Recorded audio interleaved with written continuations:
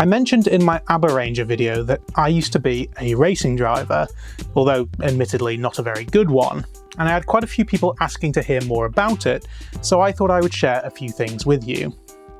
Now, I never really took the conventional route into racing, that is, starting karting at a very young age. In fact, even when I dabbled in karting later in life, I was always too heavy to be competitive. Weight makes a huge difference in karting, and even when I was at my slimmest and fittest, I was still too heavy to really get anywhere, except when it started to rain, at which point weight was sometimes a good thing. Instead, I went straight to cars, going to the Silverstone Motorsport Academy, when that was still a thing, and eventually getting my racing license there. At that point you could find me in and around the Formula 1 paddock at certain events like the Red Bull and Toro Rosso garages in Monaco and Silverstone, for example, as I'd managed to get myself a garage pass and I was trying to carve my way into that world.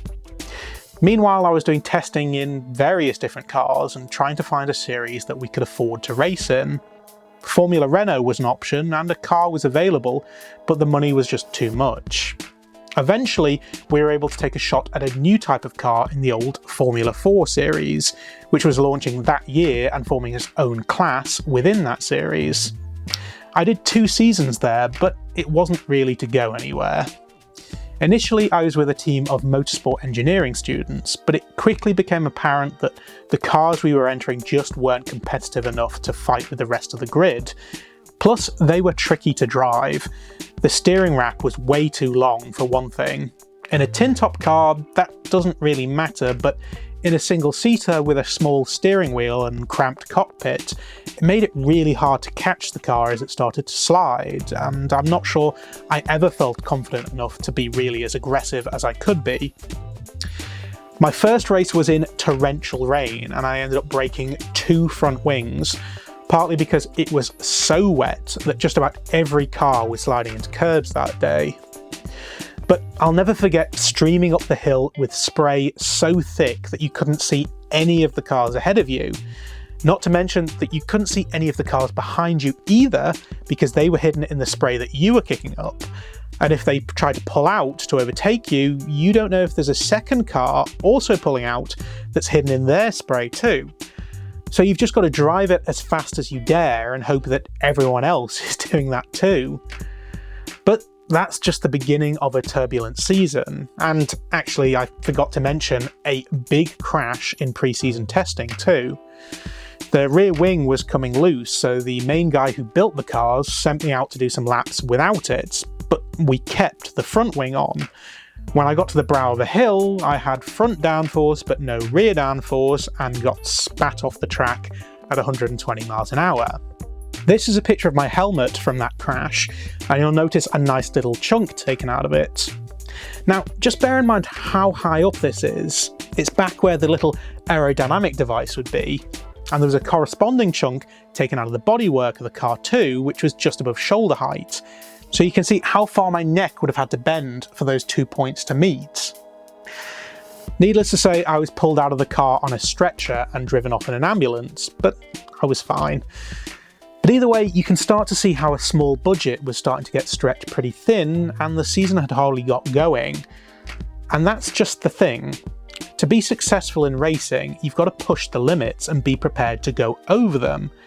If you have a spin or a crash, then you just dust yourself off, go at it again and do exactly the same thing, armed with the knowledge of where the limit is. But if you're constantly worried about how much you can afford to push it, so especially when you already know that you're in a car that isn't competitive anyway, then you're never going to be brave enough to really push. You need to be staring at the wall and thinking, how close can I push it?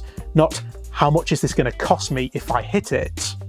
The most we could hope for was to be the fastest in our class and stay out of the way of the Class A cars.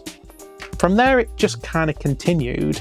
A few races would go by without incident, but also nothing particularly to write home about, although I did bring home a few trophies, but it's kind of hollow when you're running around in your own race at the back. But then we'd get to another weekend and something else would happen.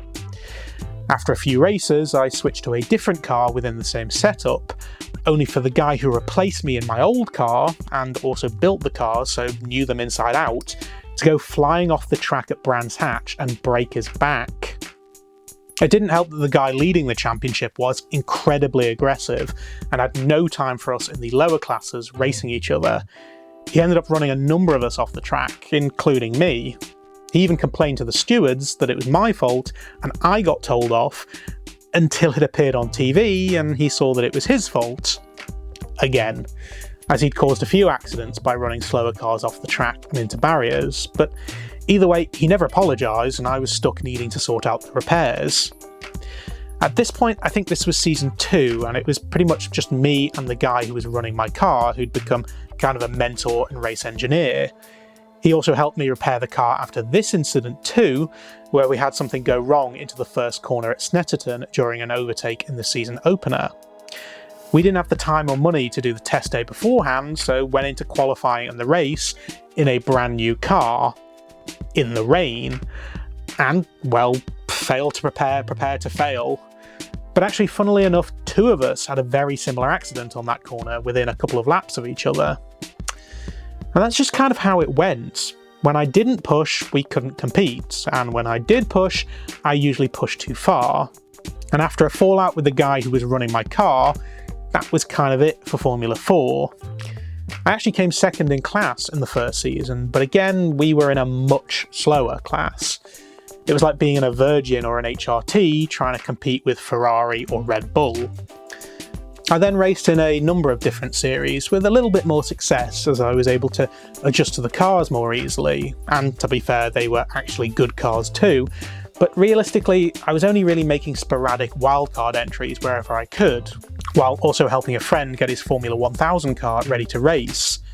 I kind of became a test driver for him, sharing a seat with him for test days, and he actually went on to win the championship in his class. I'd make my own appearances in Formula 1000 alongside him, but again, they were just one-offs.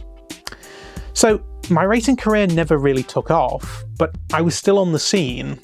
I'd started studying journalism and was using my connections at Red Bull to do some reporting on the World Rally Championship. I carried those over to my first journalism job, reporting on Formula 1, IndyCar, World Rally Championship, MotoGP and other series, getting to races as often as I could and using whatever connections I had to get back into the paddock. That then helped me get a job at Top Gear, where I spent a few years touring the world, putting cameras in cars, making videos, working with racing drivers and so much more. That could be a video in itself. And that's then how I entered the video game industry. Sega were working on a game called Motorsport Manager, so I was hired as a community manager and used my experience and contacts to create content for the development and launch of that game. So while I had a bit of a turbulent and short-lived career as a driver, I actually wouldn't be where I am now without that racing career. But that's just a condensed version of the story. Obviously, this could be quite a long video if we went into everything, but I hope that answers some of your questions. Until next time though, I will see you all later.